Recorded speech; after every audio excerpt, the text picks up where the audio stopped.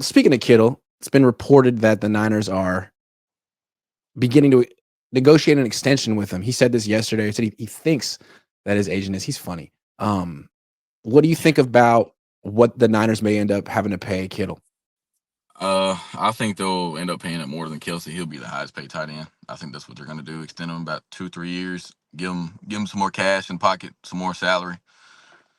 I think Kelsey gets like 16 a year, so I think they'll up it to 17, 16, yeah. yeah, they'll up it to that market, that same. I'm sure he'd love to make $20 million a year just to reset the market for tight end university, but I don't think he's going to. He might because he changed the game for tight ends. Is what he changed the game for sure. Him and Kelsey. I feel like he's improved as he's gotten older. Like when he was young, they wouldn't really go to him in the red zone very much. Now he's clearly their red zone go-to guy. And he has probably the best hands on the team besides Jennings. I think Jennings and Kittle have the best hands on the team. Yeah, when he was like 25, 26, he wasn't necessarily like a contested catch guy, Kittle, which was weird because he's 6'5". He was more like the get him in space and he'll run you over. Yeah. But as sort of Debo took that role from him in the offense, he developed into the contested catch guy, even better than, well, Jennings is pretty good too.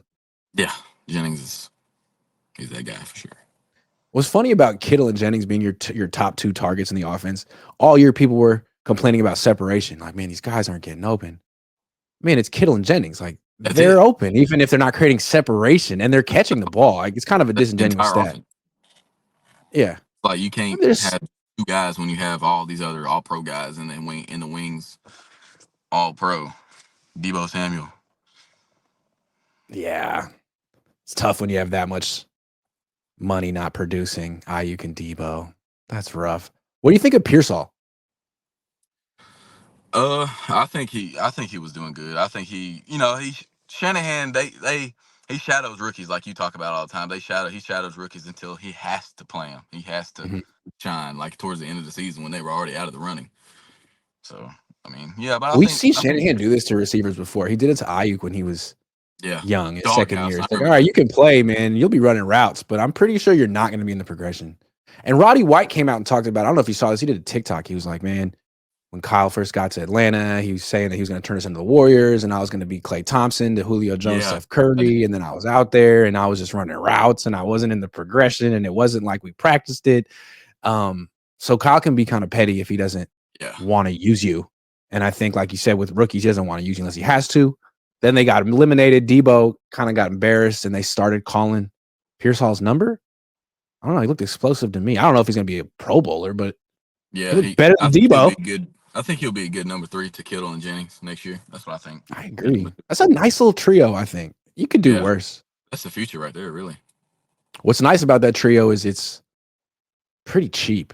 If only you don't have to pay for Debo and Ayuk. Yeah. Oh, my gosh. They paid. Yeah.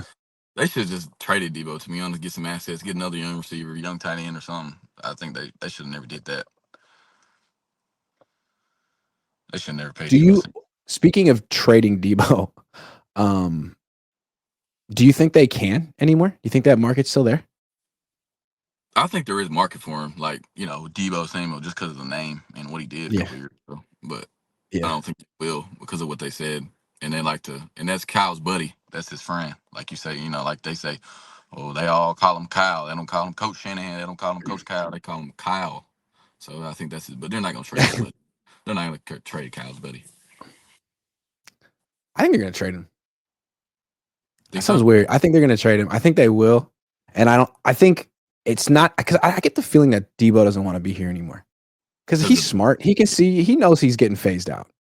It's not going to be good. It's not going to be, I mean, it's going to be kind of embarrassing when he's losing snaps to Pearsall and when Ayuk comes back and he's just a kick returner. So I think he probably would like an opportunity somewhere where he can get some more targets before he hits free agency next year. So I wonder if he said like, hey, get me out of here. I wonder. Trade for me, AJ. Trade me out. Get me out of here. And they're like, look, we'll try. Just keep your mouth shut and don't say anything like Cooper Kupp did. I wonder. And I wonder also, getting traded could kind of suck because you could get traded to New York. You could get traded to New York. You could get traded to the Jets. I'd rather like get cut. Yeah, and then see what your market is and see, where you can How do go. you get cut? You show up to the Super Bowl looking a little out of shape. AJ Brown, wearing Look the up big to old jersey. pull up to the Super Bowl looking a little bit like a fullback. Yeah. It's like as soon as the season's over, he just lets himself go and then tries to piggyback in July.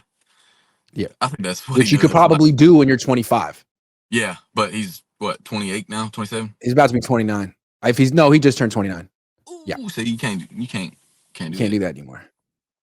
It's not 2020 no more. It's not 2021 anymore. That's the thing. If I were another team, like another GM, Adam Peters, who knows him or whatever, I'm not trading for Deebo Samuel. No. Why? And he's been here since his downfall. Peters was here last year, 2023. The Niners would have to pay his whole salary. Entire salary. He'll be a dead the whole cap. Thing. Yeah. Yeah. I mean, you'd have to be really like the Raiders could use Deebo. Yeah. The Raiders could use him. They do. You'd have to have nothing. Literally nothing. They got nothing. Literally nothing. Who's their quarterback? Yeah, Raiders could use him. Who's their receivers? Who? I don't know. That's a garbage right there. I'm not gonna lie to you. Oh, they got Chip Kelly, man. Don't worry about it. They're good. Woo! Chip. Yeah. I have a friend I grew up with, and Kevin, who is a big Raider fan. Whenever they do something, I always text him. I'm like, Chip Kelly? He's like, why do you expect this team to do smart things? This team is stupid. It's like, yeah, well, you root for him. I don't know. There's no way. Chip Kelly and Pete Carroll, this is not 2015. It's the future. They were the two best coaches in the Pac-12 20 years ago. Yeah, 20 years ago. All right, more news from the Super Bowl. George Kittle and Fred Warner both going on Kay Adams' show. She instigated it. Gotta love her. Said, what do you think about Myles Garrett? And they both were like, yeah, I'm all about trading for great players. Kittle even said he would be Myles Garrett's friend, and he gave him a thumbs up. What do you think about the Niners recruiting pitch to Myles Garrett?